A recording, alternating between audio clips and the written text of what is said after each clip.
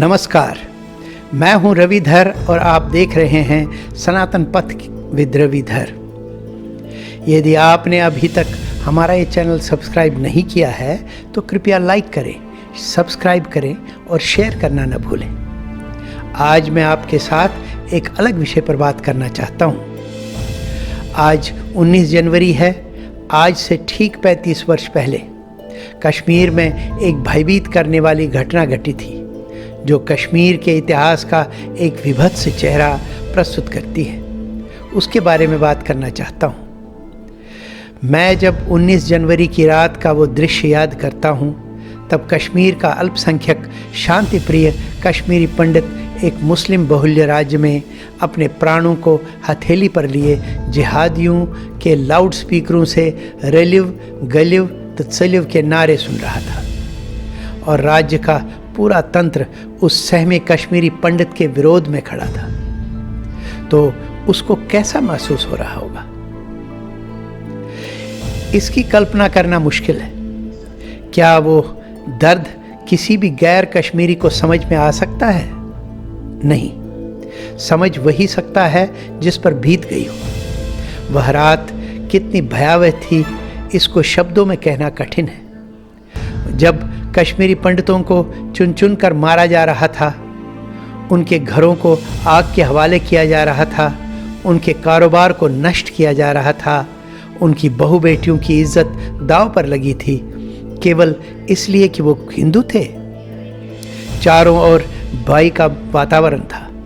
मस्जिदों के लाउड स्पीकरों से बार बार उनको इस्लाम कबूलने के लिए कहा जा रहा था या कश्मीर छोड़ने के लिए कहा जा रहा था। तो उनके पास भागने के अतिरिक्त क्या विकल्प था? जितने वहां से भाग सके वे बच गए, और जो नहीं भाग पाए वे मारे गए। और यही काम संबल में भी हुआ। जाकर पूछो संबल के उन हिंदुओं से जिनको 1978 में अपना सब कुछ छोड़कर जिहाद के कारण वहां से भागना पड़ा। कुछ दिन पहले टेलीविज़न पर जब वहां के निवासी उन दंगों में मारे गए अपने सगे संबंधियों के बारे में बात कर रहे थे, आत्मकथा कहते हुए कह रहे थे कि किस प्रकार वहां के जिहादियों ने करीब 80 लोगों को एक साथ जिंदा जला दिया था, जो उस घर में शरण ले रहे थे, जिसको आग के हवाले किया गया, और सभी जलकर भस्म हो गए थे। वो शायद बच सकते थे यदि उस समय के प्रशासन ने उनका साथ दिया होता। तो ये सुनकर मुझे कश्मीर का 19 जनवरी 1990 याद आया, जब पूरा प्रशासन और वहाँ की पुलिस मूक दर्शक होकर देख रही थी और कश्मीरी पंडितों को लावारिस की तरह छोड़कर उन जिहादियों के हवाले किया था। परिस्थितियाँ बिल्कुल वही जो संबल में थी, केवल जगह बदली हुई थी। यहाँ तक कि सरकारें भी दोनों जगह कांग्रेस की थी। फर्क केवल इतना कि कश्मीर के समय केंद्र में कांग्रेस समर्थन दे रही थी और संबल के दंगों के समय राज्य में कांग्रेस ही थी।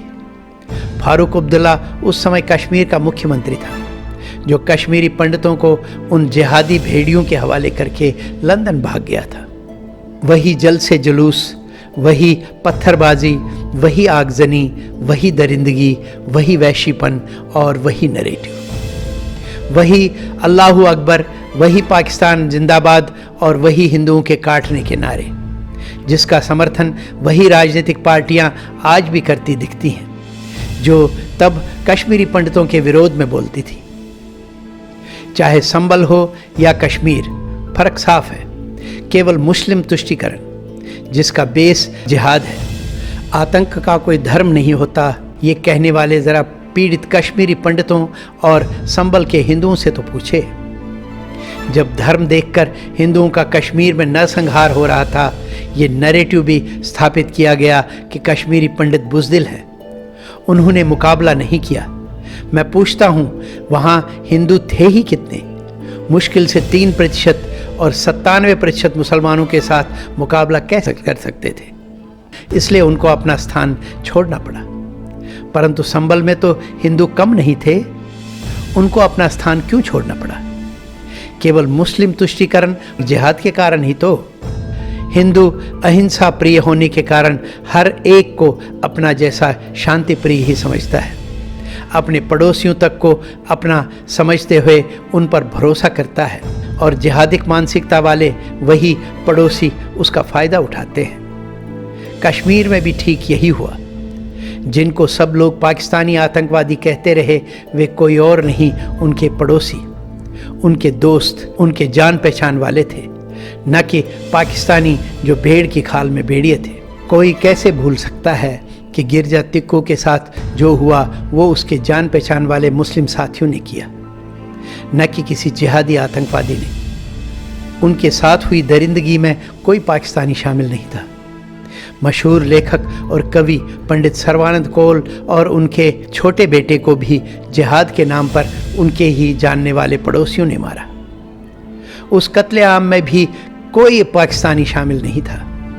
जस्टिस नीलकंठ गंजू को कश्मीरी आतंकवादियों ने इसलिए मारा कि वो हिंदू था और भारत के संविधान में निष्ठा रखता था।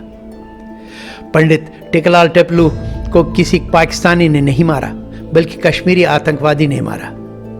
ऐसे हजारों उदाहरण हैं जिससे ये साबित होता है कि आतंकी वहाँ के मूल निवासी थे और नाम पाकिस्तान का फैलाया जा रहा था। ये कहना कि कश्मीर के सारे आतंकवाद की जड़ पाकिस्तान है बिल्कुल गलत है। हाँ, ये बात तो सत्य है कि आतंकी फंडिंग पाकिस्तान कर रहा था। कश्मीर के आतंकवाद में वहाँ का वो मुसलमान शामिल है जो जिहादी मानसिकता और कट्टरपंथ से ग्रसित है, जिसमें हिंदुओं के विरुद्ध कूट कूट कर नफरत भरी हुई है। बिट कराटे जिसने असंख्य कश्मीरी पंडितों को मौत के घाट उतारा, जो या तो उसके दोस्त थे या वो हिंदू जिनसे वो धर्म के नाम पर नफरत करता था। क्या आज तक उसको सज़ा हुई? यासीन मलिक का ही लीजिए, क्या उसको कश्मीरी पंडितों के नरसंहार में सज़ा हुई? नहीं। कश्मीर ठीक संभल का प्रतिबिंब है। संभल में 1978 और कश्मीर में 1990 दोनों जगह के दंगों में एक समानता है। न कश्मीर में ही दंगाइयों को अभी तक सज़ा हुई और न संभल में। यूँ कहें कि दंगाइयों को संरक्षण उस समय की तत्कालीन सरकारें देती रही और आज तक यही सिलसिला चलता आ रहा है। फर्क केवल इतना है कि संभल के हिंदुओं को न्याय की आस हो गई है, क्योंकि वहाँ योगी आदित्यनाथ की सरकार है और उन्होंने 1978 के दंगों में हुए अत्याचारों की जांच कराने की घोषणा की है। पर कश्मीरी पंडितों की बात सुनने वाला कोई नहीं और उनको कब न्याय मिलेगा इसका दूर दूर तक कोई अंदेशा नहीं दिखाई दे रहा है। आंकड़ों के अनुसार असंख्य कश्मीरी पंडितों को मार दिया गया। ये कश्मीरी पंडितों का नरसंहार था। कश्मीरी पंडितों की मांग है कि 1990 का दंगा कश्मीरी पंडित नरसंहार माना जाए और दोषियों को दंड मिले। इस बात को लेकर जब सर्वोच्च न्यायालय में याचिका दाखिल की गई तो न्यायपालिका ने उसे ठुकरा दिया, ये कहकर के समय बहुत बीत चुका है। क्या ये भेदभाव नहीं है? क्या सर्वोच्च न्यायालय भी जिहादियों के एजेंडा को ही समर्थन करती दिख रही हैं? ऐसा प्रश्न उठना स्वाभाविक है, क्योंकि ऐसे न्यायालय का क्या फ़ायदा जो किसी के जख्मों को ये कहकर अनदेखा करे कि समय बहुत बीत गया है। इससे क्या न्यायालय की मंशा पर शक नहीं होगा? मेरा ये भी मानना है कि चाहे शासन किसी का भी हो, कश्मीरी पंडितों का दर्द कोई भी सरकार नहीं समझ पा रही है। परंतु मुझे यकीन है और मेरी आशा भी प्रबल है कि कश्मीरी पंडितों का जो खून बहा है उसके एक एक कतरे का हिसाब कभी देर सवेर अवश्य होगा। इसलिए हर कश्मीरी पंडित में आज भी ये जोश और लगन है कि वो किसी भी हद तक अपने शहीदों को न्याय दिलाने में कोई कसर नहीं छोड़ेगा और नरसंहार का दंश न भूलेगा और न ही भूलने देगा। जय हिंद, वंदे मातरम।